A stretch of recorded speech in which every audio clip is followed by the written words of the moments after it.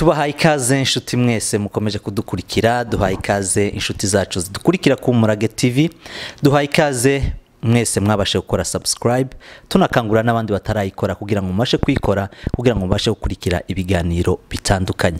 Nkuko rero musanzwe mubimenyereye, twari dusanzwe dukora ibiganiro mu buryo bw'amajwi, ariko uyu munsi wa none dutangiranye n'ibiganiro mu buryo bw'amashusho, aho tuzagenda tubageza ibiganiro bitandukanye kandi muzagenda mukunda muri benshi.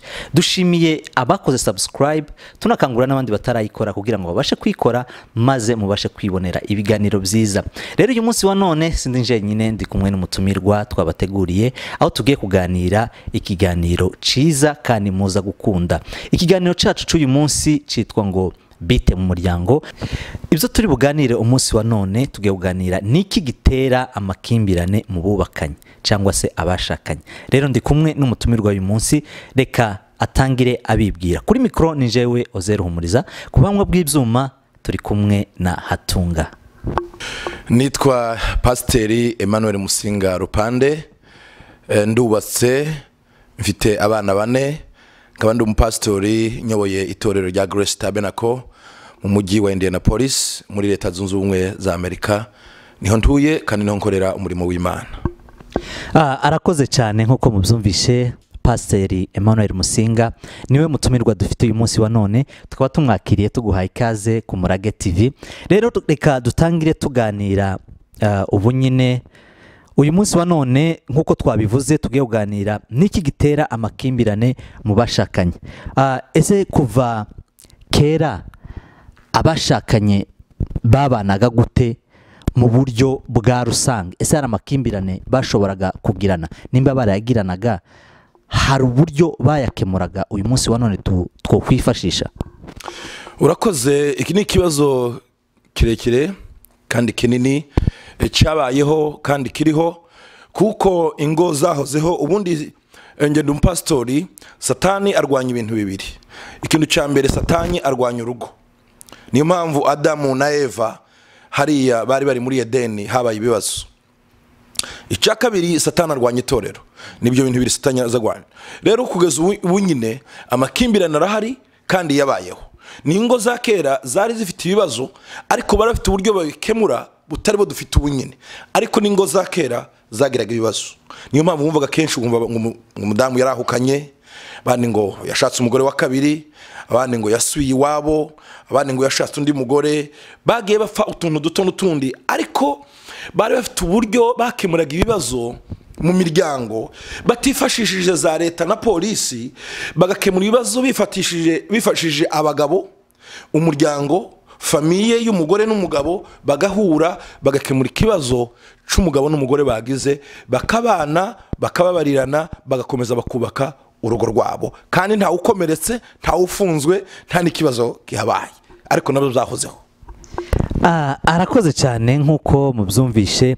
None pasa no kubaza, kapo cyangwa se abashakanye bakoze ubukwe, cyangwa se abashakanye bishingiye, byo twita kwishingira, izo ngo zibiri wozihuza gute? Ni uruhe rugo twovuga ngo rubana neza kurusha urundi? Ese kubaka urugo washingiwe no kubaka urugo wateruye, hari aho bishobora gutuma rumwe mu rugo rutubaka neza kubera iyo nzira umuntu yaciyemo? Birashoboka, kuko uwishingiye hariho inzira zibiri zo kwishingira. Inzira ya mbere yo kwishingira hari iyo bita yakeraga bita ngo no guterura. Barayikoresheje ahantu henshi mu bihugu byinshi, n'ubu hari abakiyikoresha ariko ntiyemewe. Iyo ngiyo iyo tugiye mu mategeko y'ubu nyine bayita ngo ni rape, no gufata ku ngufu. Ugahura n'umukobwa mu nzira ukamukunda, cyangwa muturanye mukamugambirira ko mumufata yabagiye kuvoma cyangwa mu nkwi cyangwa hagiye mukamufata. Ibyo ubu nyine ntibyemera, kuko turi muri repubulika, turi mu mategeko, turi mu bihugu bifite constitution, bifite arme, bifite na polisi, bifite n'inkiko. Ibyo ntibibyemera. Ibyo byabayeho kera, ariko ubu ngubu amategeko ntabyemera. Uko kwishingira kwagiraga ingaruka zikomeye. Ni ukuvuga ngo uko kwishingira wafataga umukobwa wamutwara akaba mu rugo rwawe ariko afite igisebe, afite igikomere. bikageraho ababara yaturaga ariko afite igikomere kuko hari n'igihe atagukunda cyangwa ntagukundira abana neza kuko wamutwaye atagukunze. Hakabaho n'urundi rugo rwo kwishingira mwumvikanye mwembi mukagenda. Hakabaho n'urugo rwa gatatu ari rwo ababyeyi bagushimiraga nawe ugashima gusa mukagenda. Hakaba n'urugo rwa kane bagushimiraga cyangwa ugashima ariko mugaca mu itorero mugasaba umugeni mugakwa mukagenda mugakora ceremony bakabaga inka abakora fete abantu bakaja mu bukwe. Aho harimo umugisha ukomeye nk'aba Kristo nge nk'umukristo. Urugo rw'umugisha ni urugo rwaciye mu kuri umuntu agashaka umugore bakaja mu gusezerana mu rukiko cyangwa se icyo twita mu gifaransa mariage civil bagaca mu mategeko bahava bakaja mu rusengero pastor akabaha umugisha ababyeyi bakabagabira ubwo n'urugo rw'umugisha. Namba ari ufite umugore wenyine yitwa ko ari umukristo uwo novuga namba atari umukristo uwo ntino mutindaho.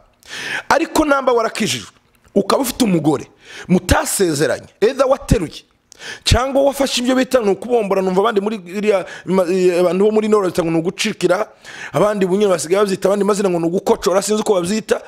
Umugore ufite ubwo ariko kose wamuzanye nubwo baba baramukoye ariko mutarasezeranye imbere y'Imana hari umugisha uva ku Mana uja no kubana ugakomeza no kubuzukuru iyo waciye imbere y'Imana. Nasabaga namba hari umuntu ubana n'umugore batasezeranye imbere y'Imana bashobora kuba barakundanye bakagenda.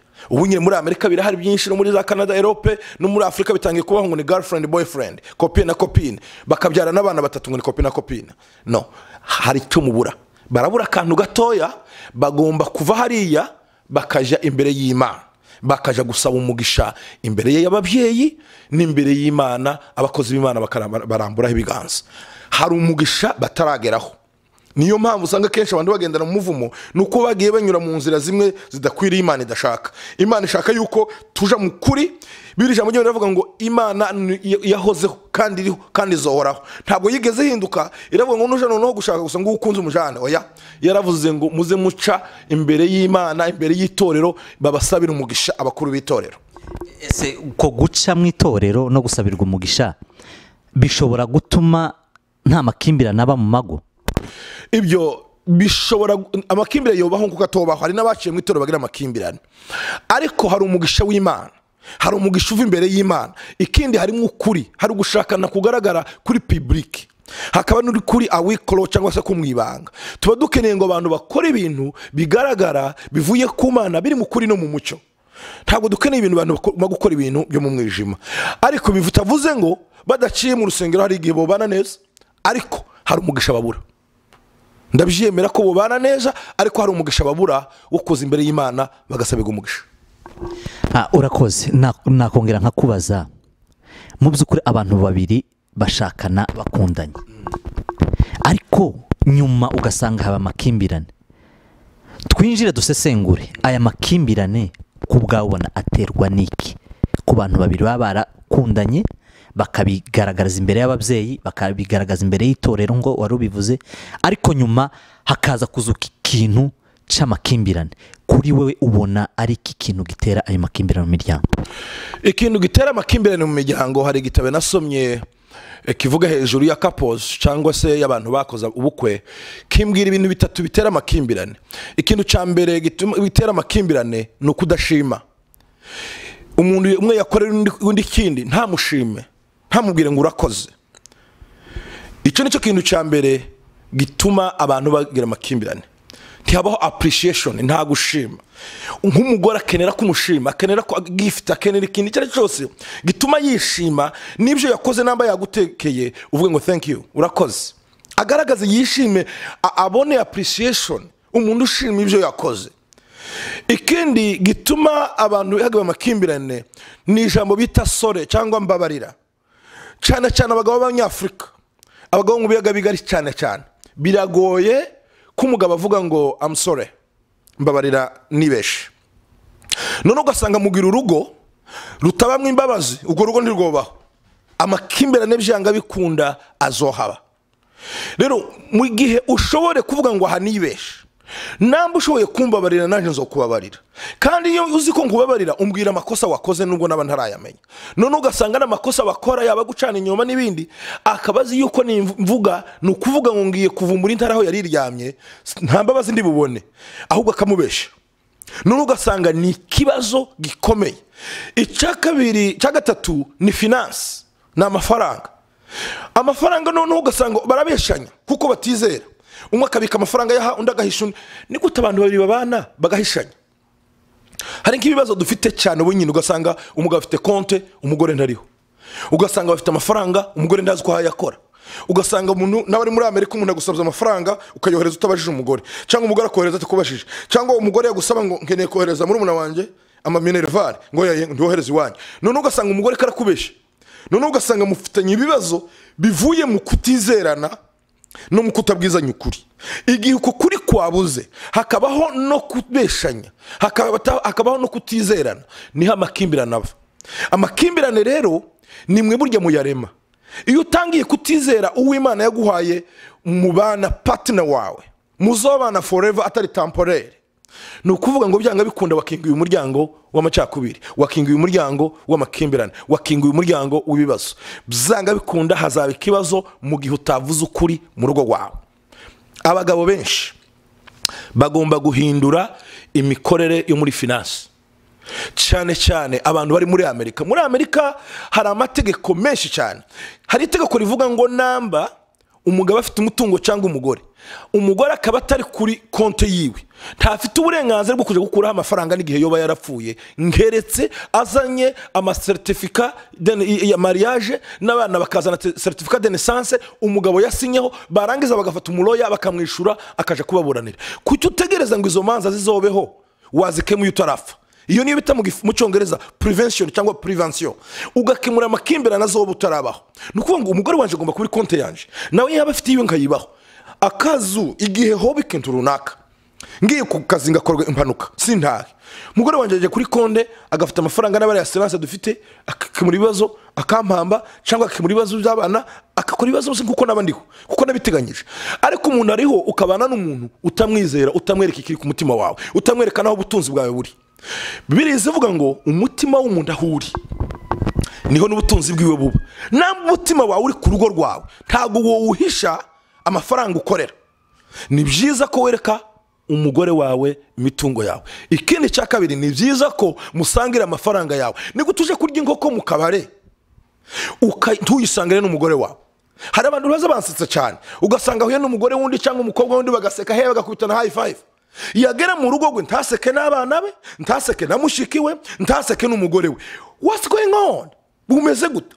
Umuntu wa mbere tugomba gukina nkamubwira ibanga tugaseka kuruta abandi kurusha mushiki wanje ni umugore wanje. Niwe tugomba gukina nawe niwe tugomba guseka niwe umuntu wa mbere ngomba kubwira ibanga rya. Ni gute nja mu kare cyangwa nja muri restaurant cyangwa njya ahantu nkarya inkoko sinyisangira n'umugore wanje ariko nkayisangira n'undi mugabo cyangwa nkayisangira n'abaturanyi cyangwa nkayisangira n'abandi bakobwa. Abyo ni amafuti buriya umuntu w'umugabo utekereza neza. Iyo afite ibibazo kenshi usanga ariwe wakinguye umuryango w'ibibazo by'intambara mu rugo rwiwe. Rero ushaka kuziburiya muryango abaswari bazavuga ngo usibojiba tundu ujenga ukuta ngo nutaziba umwengu uri ku rukuta ngo rukuta ruzosenyuka rwose ugubake. Nukuvuga ngo niyo ukeneye kubaka urugo rwawe uziba imyengi yari yose yotuma urukuta rwawe rusenyuka. Nukuvuga ngo namba ukeneye ikintu cya mbere umugore agomba kumufata neza ukamujyana muri restaurant mugasangira aho uje kurara usangira n'abandi bagabo. Umugore nta restaurant nziza yose ndageramo ngo nigemo iyo mbonye ni nziza niyo banyisohokanyemo abandi bagabo n'abazungu dukorana buraca gafata umugore wanje n'abana bandi kabajyanayo. Rero aho wageze heza hose ugomba kuhageza umugore wawe nta makimbirane uzogera mu rugo rwawe. Urakoze cyane pastor uri kuvuga ibintu byiza kandi bikenewe muri iki gihe. Turagira ngo twibutse abadukurikiye iyi ni Umurage TV turi kuganira na Pastor Emmanuel Musinga turi kwibaza cyangwa se turi gusesengura amakimbirane abera mu mago ndetse turaza no gutanga umuti uko amakimbirane ashobora kurangira. Ubuze ibintu byiza ariko tugaruke hano iwacu muri Amerika cyangwa no mu bindi bihugu tuvuga ngo byateye imbere. Hari n'ikintu mu muco wacu abantu bo mu biyaga bigari twumva yuko gusabana n'umugore byitwa kuganzwa cyangwa guhahazwa.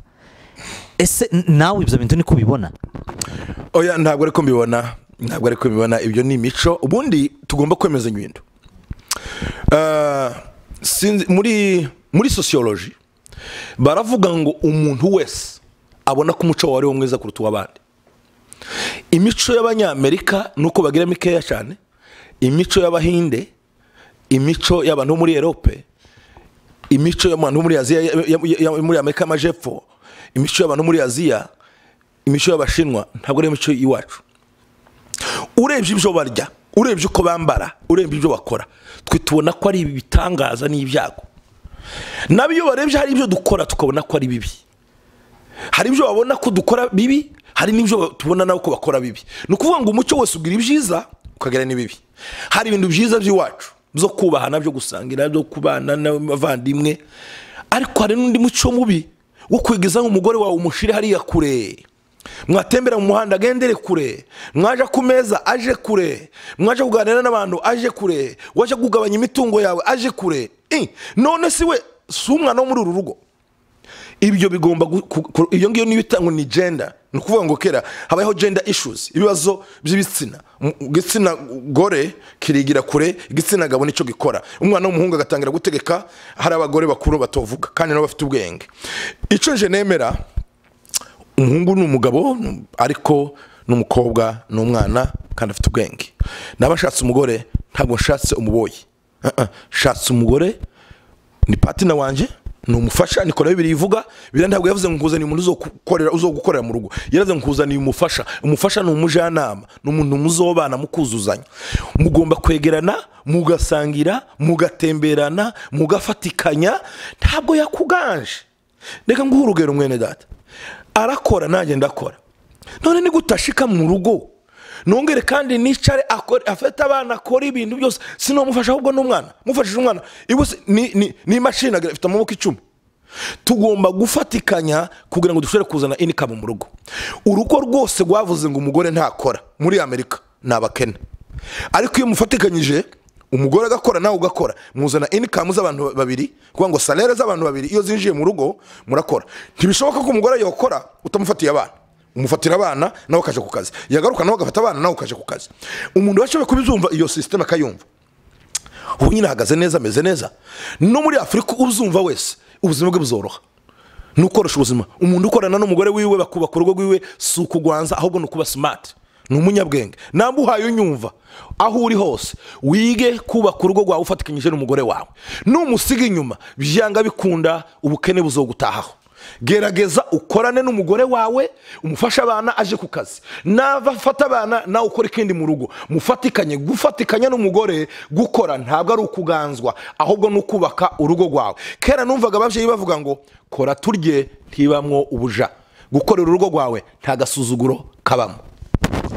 Urakoze cyane. Nakongera nkakubaza, hariho hoterwa rikunze kugaragara mu miryango, ugasanga abagore barakubitwa mu buryo bukabije, yewe ndetse no muri bihugu byateye imbere hari ibyo tugenda tubona aho baba hohotewe muri ubwo buryo.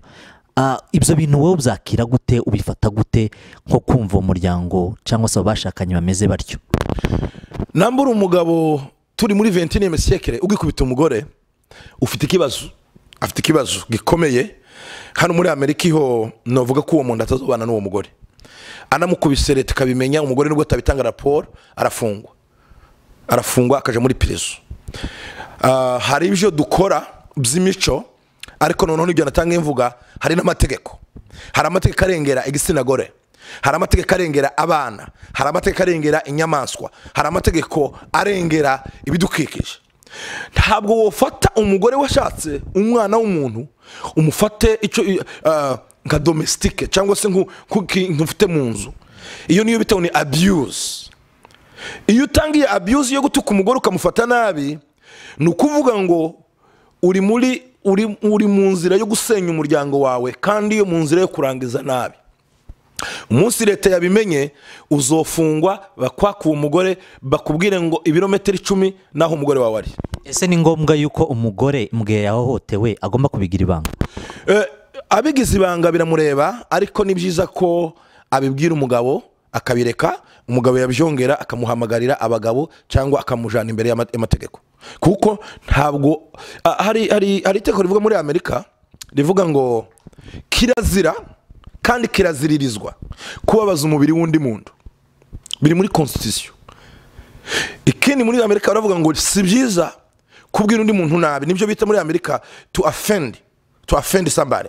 Nukuvuga ngo kubabaza, you hurt feelings somebody, ugatuma undi muntu ateshima, nabyo ni leta irabihana, uretse no kumukubita. You hurt feelings somebody, nukuvuga ngo ugomba kwirinda no kubabaza ibitekerezo by'undi muntu, ukirinda no kubabaza umutima we. Noneho iyo ubashoboye ukagera ku rwego rwo kubabaza umubiri wiwe, bihita biba abuse, igahita iba penali igeze mu rukiko, ugahita uhanwa, bagahita bakwandikira, ugahita bija muri ariyo bita za felony, ugahita iba felony, ugahita bakwandikira, bikabita bija muri record zawe. Nukuvuga ngo ugira ikibazo gikomeye cyane muri Amerika iyo ushoboye gukubita umugore wawe, iyo ukubise umugore wawe bikamenyekana. Umugore wawe rero kubera hari ijambo bakoresha mu Cyongereza, wash brain, koza ibitekerezo by'umuntu. None ugasanga umuntu n'abari umugore bamwogeje ibitekerezo byiwe, akaba domestique kandi nawe akabyemera, ukamuteroriza, none akumva yuko aramutse avuga izi cyakora isi n'undi muntu akabimenya, isi bimushizeho. Iyo niyo bita ni wash brain. Abenshi abarya batabivuga, their brain is already washed, azi yuko mbivuze isi bimushizeho. Ariko ni byiza ko heza umuntu warning, kamubwira ngo please don't do this again. Nje gugiti cyanje ndi umukristo, ndi umupasiteri, sinemera ko umuntu yakubita umugore wiwe, na Bibiliya ntibyemera. Ni cyaha imbere y'Imana n'imbere y'amategeko y'igihugu. Uramutse ubikoze ugomba kubihanirwa imbere y'Imana n'imbere y'amategeko. Imyemerere yanje niko mbivuga. Sinemera ko umuntu yofata inkoni kuhaye ukubita inga cyangwa ukubita inzoka, gukora kubita n'umwana w'umuntu. Uzumenye ikindi ko mfite abana b'abakobwa, ntabwo uzonshimisha ushatse umukobwa wanje numara gushika ngo uzumukubita. I will not be happy for that. Ntabwo nabyishimira. Si byiza ko kwasaba kumva gukora kubita umugore. Namba hari umugabo ukibikora, namba hari umuntu ukibikora muri ikinyejana, ugomba kurekeraho, ugomba guhagarika. Ntabwo gukubita umugore byemewe n'Imana, nta nubwo byemewe n'amategeko, ahubwo hari amategeko abihana. Ikindi muri Amerika mu mategeko bivuga, iyo ukubise umugore baguhana ibyaha bitari munsi ya 25.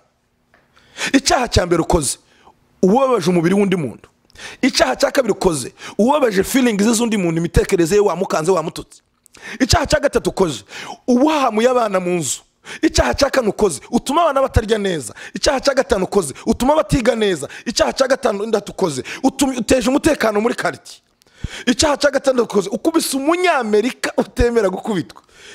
Babarabara ibyaha ugasanga bagushinja ibyaha byinshi cyane. Niyo mpamvu gukubita umugore muri Amerika bigoye. Iyo usubiye mu mateka bavuga yuko muri Amerika bakubitaga abagore cyane, bakora noneho amategeko yo kubarengera. Niyo mpamvu baguye ibyaha babigi ukubita umugore rimwe gusa, bagakubara ibyaha nga 25 birenga watumye abana batarya mu nzu, bashe abana bananirwa kwiga, nyina yakubiswe, feelings z'abana noneho bakabara ibyaha abantu wakomerekeje muri rwa rugo. Bata abana bose babari icyaha ukoreye buri mwana bose babikurindeho bakabigushiraho. Urumva uwo mugabo cyo cyahugukizwa nande? Niyo mpamvu wumve yakoze icyaha kimwe bamwigizayo bakamubwira ngo wigire ntiwemere kwegera runo rugo kugira ngo umwana atakubona gahamuka akarara atariye. Ese buriya iyo bamwigijeyo akabasha kugaruka muri rwa rugo, kuko ni urugo rwiwe, wenda umugore aba yumva yamubabariye cyangwa kuriya hari ibihano biriyongera cyangwa leta ishobora kumwemera gusubira muri rwa rugo? Ukurikiranye uko amategeko abivuga, ntabwo ndi umunyamategeko cyane, ariko nakoze mu bintu by'amaorganisation muri Amerika, nkorana n'undi mu interpreter mu bintu by'ubucamanza hano. Uko amategeko abivuga, ugaruka iyo ukubise umugore, leta ikagufunga. Niyo igufunguye irakubwira ngo hari ibirometero guheza utagomba kwinjira mu rugo rwawe. Kugira ngo ugaruke basaba ko umugore wawe abyemera akabisinyira, abana bawe bakabisinyira kugira ngo ugaruke. Rico gihe bongera ariko bagushiraho abakesi waka bagomba kuza kureba uko abana bameze. abana akaza kureba uko mumeze mu rugo kugeza imyaka runaka bazoreba yuko washoboye noneho gutuza nto kubita umugore wawe ariko wemere kugaruka igihe abana bawe umugore wawe bavuze ngo papa nagaruke ariko baramutse batabivuze ngo babisinyire ushobora isi yese ari ndagaruka utarakandagiramo. None hari ikintu kibaho cuko umugore agera ku rwego rwo guhamagarira polisi cyangwa guhamagarira leta umugabo wiwe, noneho uwo mugore yabikora famiye ikamwigizayo. Ibyo bintu wowe byumva gute? Umugore niki yokora hagati aho ngaho yahuye n'ico kibazo, yakubiswe agakomeretswa kandi umuryango uhari? Hari urwego rwo gukubita ugakomeretsa. Iyo ukubise umuntu ukamukomeretsa ntabwo ari utanga raporo, ibitaro bitanga raporo direct. Niyo ukubise umwana gusa akagira umukwaro mu maso cyangwa ahandi hari hose, abakansari iyo bamubonye ku ishuri n'abarimu director itamagara polisi n'ababishinzwe na department ishinzwe abana, child department services, bagahita baza kureba ico gihe bahita bakurikirana impamvu uko bintu byagenze. Ariko iyo umugwanye gusa mu rugo noneho barwana mu rugo ntihagira uhamagara polisi, ico gihe polisi ndibyivangamo. Ariko umugore iyo ahamagaye polisi hari ibibazo bibiri. Ikibazo cya mbere, umuryango w'abanyafurika babreminga umugore niwe batahimfana, ariko mu by'ukuri kenshi abarengana. Hari n'igihe akubitwa yatabaza abaturanyi bakiya mu bwa mbere ubwa kabiri. Ibyo ni ibintu nabonye, hari amafamiye n'umupastori naribonye mu bwa mbere ubwa kabiri, ugasanga noneho abana ndetse nibo bahamagaye. Hari ingo nyinshi inzi abagore batahamagara, noneho abana bamara kubona nyina yakubiswe cyane bagahamagara 911. Ariko umugore aramusahamagaye byamurengeye, hari urwego abagabo bagomba kugeraho n'umuryango bakumva ko batagomba kumugaya. Namba yarakubiswe muri Afrika agakubitwa kugera hano, wakagombye kuvuga ngo aho bigeze ngomba kurekera aho kubaka urugo rwanje. Aha ni ahantu abantu bari busy bakorera amafaranga menshi, bashakisha ukuntu bubaka amazu, bubaka n'ubutungo bazosigira abana. Wowe urashitse kugira ngo mufatikanye n'umugore mwubake urugo rwanyu, utangiye kuabusinga gukubita no kugira gute? No, nje sinemezanya n'abantu bavuga ngo umugore, ariko n'umugore ntagomba kuvuga ngo ubwo batunganye gatoya ngo rahamagara polisi. No, hari ibibazo bitoya bikemugwa mu nzu. Namba ari dorajana yabuze mu rugo duhamagara polisi. Ariko ntaguciye mu jambo, hari ababreminga cyangwa se hari abavuga ko imiryango idakemura ibibazo, itihutira gufasha iyo miryango iba yagize ibibazo, abo bashakanye bagize ibibazo. None ugasanga umugore abwiye umuryango avukamo, ariko uriya muryango ugiye bigura ntege, ntushoboye gukemura ico kibazo, bigatuma ariyo mpamvu bafata umwanzuro kuba bohamagara leta. Ikibazo mugomba kumenya, ubu nyine turi mahanga, usanga abantu bari ntatane, ugasanga umuntu umwe ari muri state yiwe wenyine cyangwa muri kumwe n'abandi bantu bashasha muhuye mutaziranye muhuriye hano, none ugasanga ubuze umugore akabura n'uwo yobwira. Ariko umuryango ugomba kubyihutira ukabikemura. Mu gihe umuryango utabikemuye, umugore hagomba kubaho abuse. Hundi kirazira kandi kirazirizo ku abusinga umugore wawe no gukubita umugore wawe, ntabwo byemewe, ntabwo ari nabyiza. Nubwo mutokumvikana yewe, hari uko mwukemura ibibazo byanyu mwifashishije abandi, mwifashishije abapastori banyu, mwifashishije ababyeyi n'abavandimwe. Ariko ndi wogeraho gutora inkoni muri Amerika ngo kubite. Ibanga ngiye kukubwira nire, mu minsi mike cyane no muri Afrika, ugeze muri za Kongo n'ibindi bihugu, nta ibintu zo kubita umugore bizoshira. Ugeze no mu Rwanda ubu nyine na ibihugu biteye imbere, biragoye kugira ngo kubita umugore bikugwa amahoro, biragoye. Bizogenda bizamuka kuko ubu nyina isi abantu bari very smart. Abagore bazi uburenganzira bwabo, human right, bakamenya na women right, bazaho uburenganzira bwabo butangire naho bugera. Ndero biragoye kugira ngo kubita umugore bikugwa amahoro. Ni byiza ko umugore nawe amenya uburenganzira bwe n'umugabo akamenya uburenganzira bwe, abantu bakabana neza. Nabi Imana iguhaye umugore, umenye ko ari umugisha Imana iguhaye, ko ari umujanama n'umufasha Imana iguhaye. Tureke gusa kuza tubatahimfane, tuze tureba ikibazo, umuryango wihutira muri ikibazo. Kandi umugabo naba yongeye, nta rindi tegeko rirenze umuryango, nta mategeko ya leta. Umugore yifashishije ni mu mugaya niyo nzira isigaye, nta yindi nzira basigaje. Shuti zacu rero reka dukomeze tubabwire ikiganiro turimo turi kuganira n'umutumirwa wacu aho ari kugenda dusobanurira amwe mu matati yibasira abashakanye ndetse akagenda atanga n'umuti abantu bashobora kwifashisha kugira ngo babashe kubaho neza babashe kugira umuryango mwiza. Je kuri mikro aracari Oze Ruhumuriza, reka rero dufate akaruhuko bukeya tuza kugaruka mu kanya.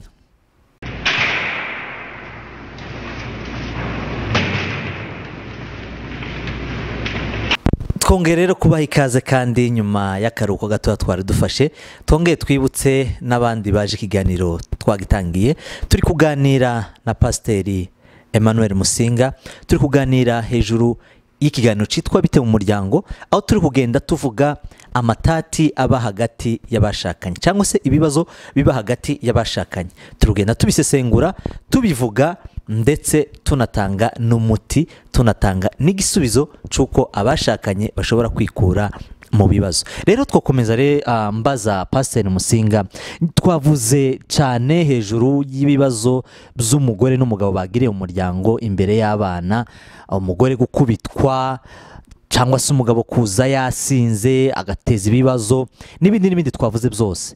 Ese abana bo baba mu gute muri ubwo buzima? Ni izihe ngaruka abana bashobora guhura nabyo mu gihe ise n'umubyeyi wabo nyina wabo batumvikana?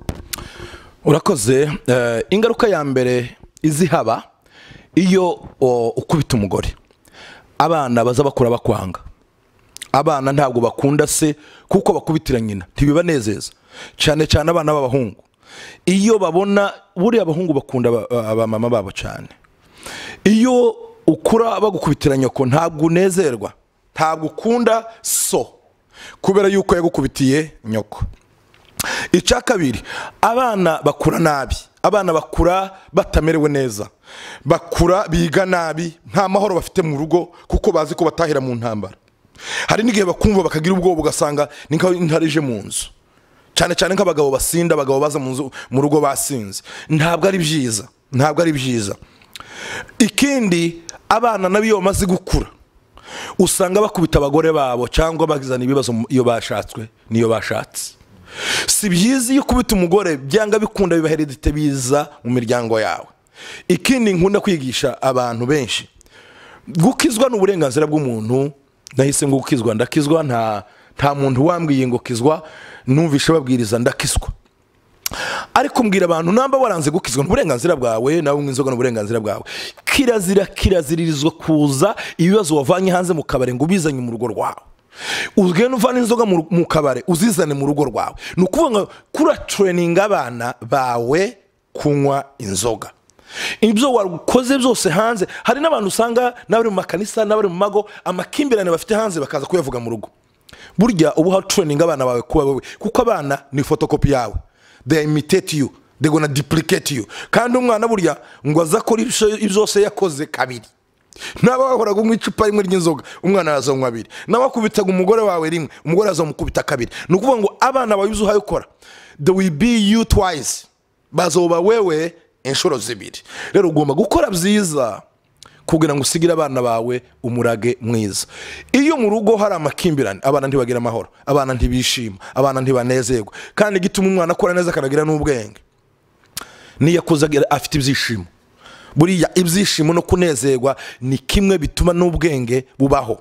Umugabo umwe yigeze kumbwira, arambwira ngo ntabwo umwana wawe yotekeza ko umunyapolitike ngo agitaha mu nzu za leta, mu maparite, mu nzu z'abakene. Atangira ko aravuga ngo se twubaho gute, tworya gute, twotekereza gute. Akura ashakisha umuntu aje gutekereza kugira icyo yokorera abandi ari uko araho yageze. Rero ugaragaza gukora kugira ngo ugirire abana bawe base. Rero ntabwo ugirira abana base y'ibibazo y'intambara no gukubitana no kurwana mu rugo, kuko mu rugo rwawe ntabwo ari muri ringi ya kace. Ni ahantu abantu banezererwa, ni mu cicaro c'Imana. Ni naho igitereko c'urugo rwawe kiri, ni naho igitereko c'Imana muri wewe kiri, kuko niho hawutegurira abana bawe bazogusigarira igihe utazaba uhari bazobaho. Reka nange vuga kuri ijambo tuvuga ku bintu by'abana.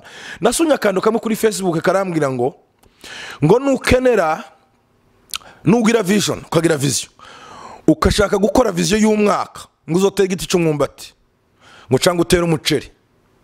Aravuga ngo nukenera kugira vision y'imyaka 10 ngo uzotera igiti cy'umuvumo kizokura kigaragare mu myaka 10 ngo ariko nushaka kuzokora ibintu by'imyaka 100 bizobaho utakiriho ngo uzorera umwana wawe wigisha umwana wawe neza.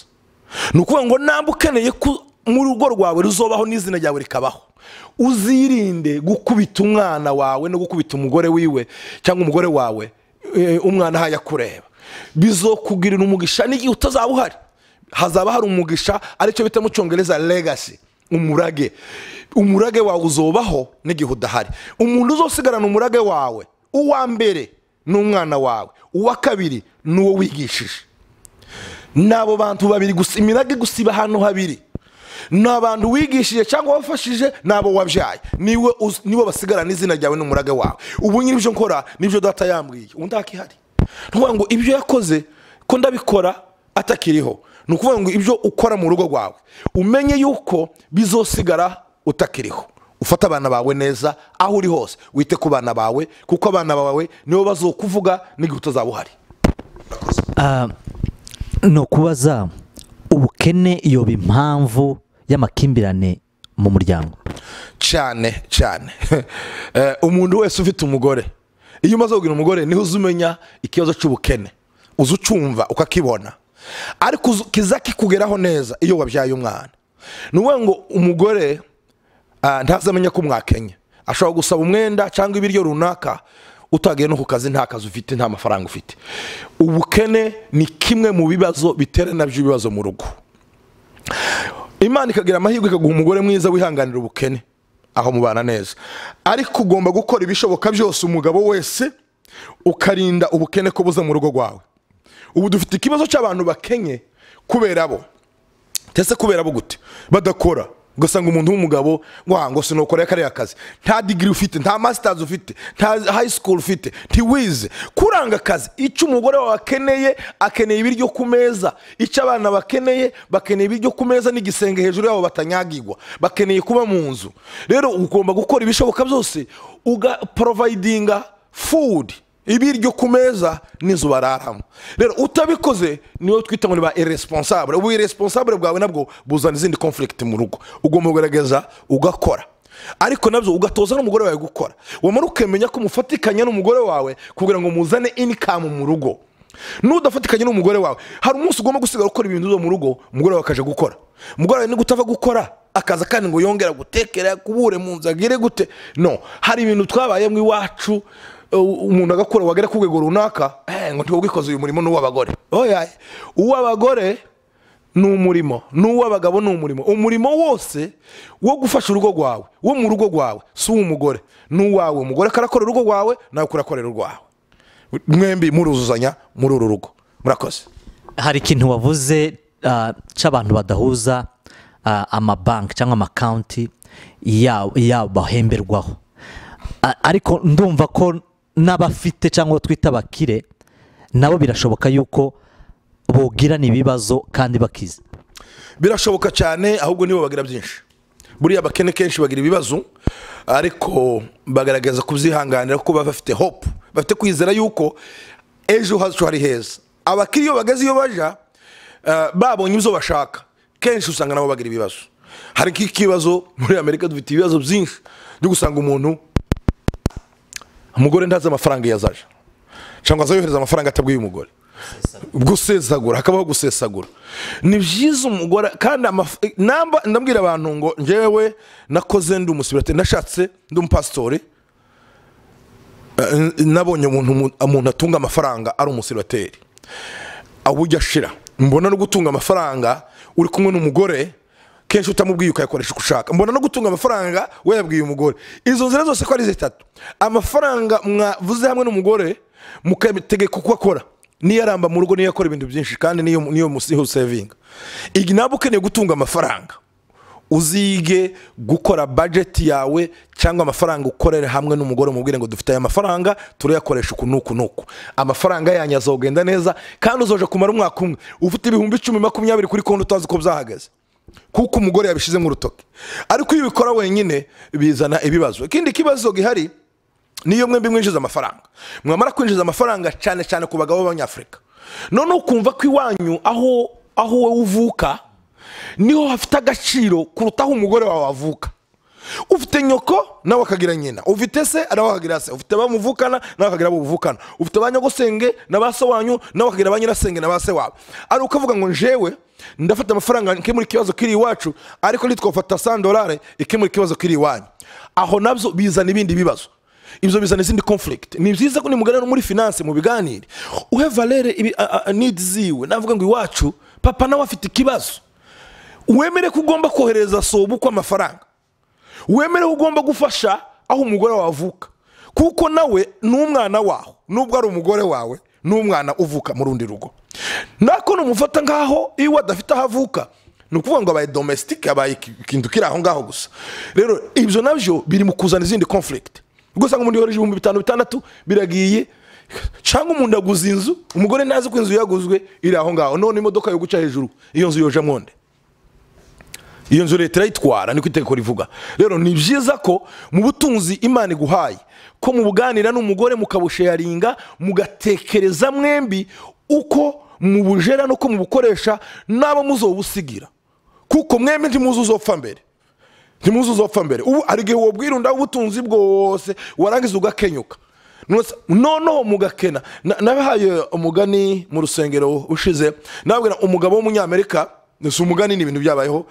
Umugabo w'umunyamerika wari ufite amafaranga menshi ngo aje ku kazi, akora accident arapfa, afite amashares mu mabanke ariko atayashizeho umugore, yishuraga mortgage no kugura inzu uko yawishura ideni. Inzu babakuramo mu kwezi kumwe gusa umugabo yapfuye, bahita umugore n'abana baba mayibobo, kandi bari bafite ubutunzi. Kubera iki? Ntabwo yasho kuba smart ngo atekereze kwiwe yoshiraho umugore umwe uzopfa mbere, undi azosigara rero abana na bwa butunzi bwarabagoye kugira ngo babugereho. Ni byiza ko mu butunzi Imana iguhaye mwembi n'umugore mu bujere hamwe kandi mu bukorere hamwe, kandi mwubahane, mwubahe naho muvuka mwembi, mwubahane n'uburenganzira bwanyu mwembi. Murakoze. Urakoze cyane, uri gusobanura ibintu bikenewe kandi byiza. Ntekereza ko abantu bose bazakurikirana ikiganiro bazafashwa n'izi nama Pastor Musinga ahatanga. Umudamu cyangwa se kapo itaragize amahirwe yo kubonera umwana mu gihe cya vuba, cyangwa se kapo itaragize amahirwe yo kubona umwana, ibyo twita kugumba, iyo yoba impamvu yo kutumvikana mu muryango. Benshi babigira impamvu ariko ntabwo nyemera. Buriya reka hari n'abantu benshi usanga batuka umugore, mwaje kwa muganga asanga umugabo niwe umugwayi. Ahubwo icyo nicyo kibazo kiriho cyane cyuko umugore ari we witwa ingumba. Umugore bagahora bamwita ingumba, bwacu ugasanga umugabo niwe ngumba. Rero ntabwo ari impamvu yotuma utuka cyangwa wanga umugore wawe, kuko hari ikintu tugomba kumenya kimwe. Hari ibintu nari kumbwiriza ubushize, hari ibintu tutiha. Ubutunzi bwa mbere ni ubuzima, ubwa kabiri ni amahoro, ubwa gatatu ni ibintu materiel. Ubutunzi bwa mbere ni ubuzima, ubutunzi bwa mbere ni umuntu, ni umwana. Umwana ndi wo mwiha, ndi wo kwiha ubuzima, uwo mwuka wahumeka ndi wo wiha. Imana niyo itanga abana. Aho gutuka umugore wawe wo blaming Imana, wo saba Imana ikaguha abana. Umuntu uzana ikibazo cyuko umugore atabyaye akumva ko bari butandukane, uwo muntu aba ari hasi cyane, abatamukunda ahubwo wo saba Imana mwembi mukaja kwa muganga. Hari umudokiteri twigeze kuganira icyo kibazo, arambwira ngo umudokiteri wese wiza akarangiza agahabwa certificate y'ubudokiteri ntashobora kuvura umugore w'ingumba umugabo adahari. Bomba arabazana akabicaza akabapima, yamara akabaharezera akavuga ngo wewe niwe urwaye.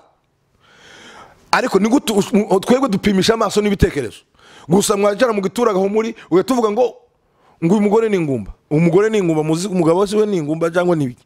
Rero tuba mugomba kugenda mugera kwa muganga mukivuza, Imana ikabaha abana. Cyangwa mutababona mugasenga Imana, ntutuka umugore wawe usaba Imana iguha abana. Iyo ni impamvu yotuma umugore wawe cyangwa umukubite ngo ntiyabyaye. Uramukubita se bikemura ikibazo? Ahubwo urabisengera uje kwa muganga, ahasigaye uzokuramo igisubizo. Urakoze. Gender ni iki kuri wowe? Gender, ubundi abantu benshi dukunda gukoresha gender cyangwa genre mu gifaransa. Gender cyangwa se uburinganire ni umugore n'umugabo, cyangwa se umuhungu n'umukobwa, cyangwa se igitsina gabo n'igitsina gore. rero iyo tuvuze ngo gender ni igitsina gabo, abantu benshi bakunda kwishiramo ngo abahungu ni male ariyo twita gender. Reka nsobanura ikintu kunda kuvuga hejuru ya gender cyane. Ubundi mu Cyongereza je nageza mahirwe make nagize yo kuja amashuri, naje gukunda amashuri cyane ngeze mu Cyongereza, nakunda Icyongereza. Ijambo mu Cyongereza ico bita ngo ni women na men.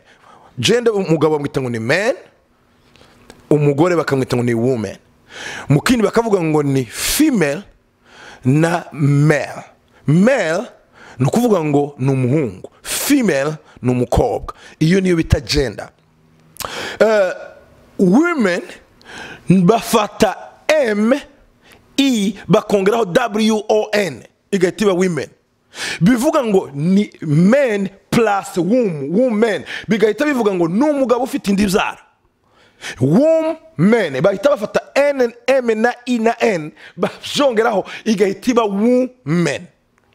Nukuvuga ngo iyi woman nuwo ni yinda na men y'umugabo. Nukuvuga gusa ngo physically ni umuntu uremwe kimwe n'umugabo ariko iwe afite inda ibyara. Hakaba ikindi cy'Icyongereza bivuga ngo ni female na male. Iyi female iva muri fetus. Bivuga ngo iyo bavuze fetus ni umurusama arahostinga imbuto. Ariko is a male with fetus. Ariyo bita ngo ni female. Fetus male. Nukuvuga ngo ni umugabo ariko ufite fetus. Rero umugore afite ibitekerezo, murashobora gukora examen akagutsinda akakora mu igaraje. Yo tufitano muri Amerika dufite abagore batwara indege, mu Rwanda narabonye abantu ko bwasiga batwara indege, biranezeza cyane. Nagaye mu Rwanda nabona biranezeza cyane. Rero n'umuntu n'umugabo ariko ufite inda ibyara. That is it. Nukuvuga ngo kubera yuko bijanye n'imico yacu, imico yacu niyo yabidivije, ariko mindset yaba Imana ko yayiremye ibitekerezo bujya biraresha. Niyo mpamvu mwumva dufite abantu bakomeye nka ba Clinton, dufite abantu bakomeye nka Michelle Obama, ba Oprah, bakoze ibintu abagabo bananiwe.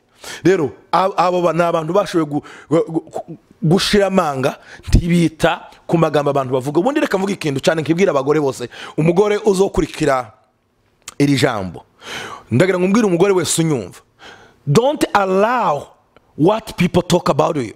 Tukemera icyo abantu bavuga kuri wewe. Believe who you are. Wewe wemere icurico. Nubwo uri umugore, you are wonderfully fearfully made. Uri umuntu mwiza waremwe mu buryo bw'Imana, mu bushake bw'Imana, kandi urakomeye ufite ubwenge bw'igitangazo. Uri igitangazo. Wokora ibyo abagabo bakora, wovuga ibyo bavuga, woyobora aho bayobora, nawe wobigeraho. Tureke ibintu bigenda ni ibintu by'imico y'abantu bishiriyeho, ariko sibyo Imana yashizeho. Imana yara imaze kurema Eva, ntabwo yigeze rema Steve. Yaremye Adamu yihongeraho Eva, ntabwo yaremye Steve. Yaremye Adam na Eva. Kuki tuvuze ngo ntiturema Eva turarema undi Steve?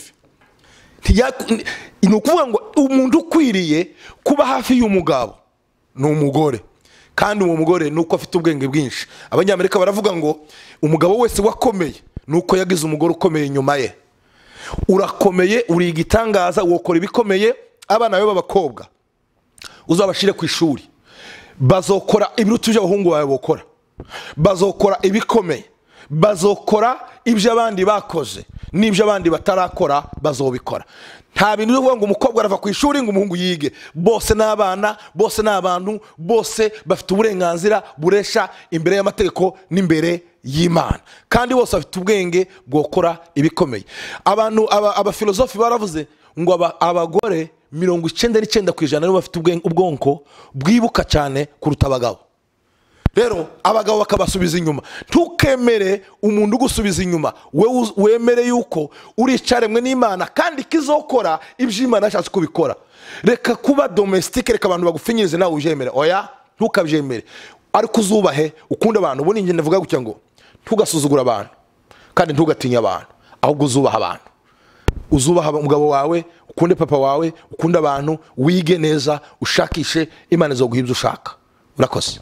Tugana ku musozo, ni ihe nama wogira abashakanye? Inama yanje nogira abantu bashakanye. ikintu cya mbere uzige kuvuga uwo mwashakanye neza. Ni bibi kuvuga nabi uwo mwubakanye, ntabwo ari byiza. Icya kabiri, ni bibi si byiza guhisha uwo mwubakanye, yaba amafaranga, yaba ikosa wakoze, yaba icyo wakoze, icyo ari cyo cyose. Ni byiza ko ukibwira umugore wawe. Ndibuka nja kuganira n'umugore wanje abafiyanse, naramubwiye ngo ndi umuntu nzokosha uzombabarire, nawe nukosha nzokubabarira. Wige kubabarira uwo mwubakanye, wige no kumwihanganira. Be patient, ungire kwihangana. Ikindi, wige kumunezeza no kumufata neza. Musangire, mutemberane, umufate ukuboko, muganire, musohokane, mwicarane, muvugane, muganire uko mwita ku bana banyu, muganire nuko mushaka amafaranga yo kubaka urugo rwanyu, muganire nuko mufasha abandi, muganire nuko mukorera Imana. Ibintu byose mukora, activity zose ukora, partner wawe uwo mwashakanye agomba kubibamo. Urakoze, Imana iguha umugisha kandi magire neza yuko muri kumwe na Musinga Emmanuel. Imana ibagirire neza. Urakoze Pastor Musinga Emmanuel, reka tugushimire ku bwitabire wagaragaje uyu munsi, turagushimiye cyane. Murakoze, Imana ibamugisha. Reka rero tubasezereho, ikiganiro tukirangirije ahangaha, tubararikira kugira ngo mukore subscribe ku Murage TV kugira ngo muzabashe kubona n'ibindi biganiro bitandukanye. Mwari kumwe nanje Ozer Humuriza, ku buhanga bw'ibyuma mwari kumwe na Hatunga. Ciao ciao.